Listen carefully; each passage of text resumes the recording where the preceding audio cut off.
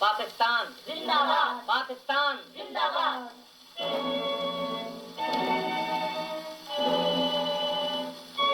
Radio का शौक़ हुआ 35 साल पहले, रेडियो जमा करता रहा। बस यही शौक़ हुआ, कोई और सामान मिलता रहा। साइकिल है हमारे पास, रेडियो हमारे पास हर कंपनी के पड़े हुए हैं। और इनके लिए अफ़गानिस्तान में गया हूँ, वहाँ से भी कुछ सामान लाया। किस्म किस्म का रेडियो पड़ा हुआ है, कोई 60-70 के करीब रेडियो है और सब चलते हैं।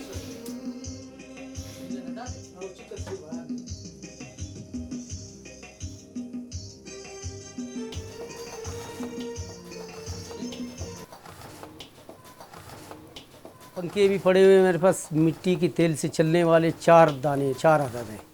ग्रामोफोन, ज़्यादातर ग्रामोफोन का भी शौक़ है मेरा, जो चाबी से चलने वाला। रिकॉर्ड चेंजर है, किस्म किस्म के मेरे पास पड़े हुए हैं।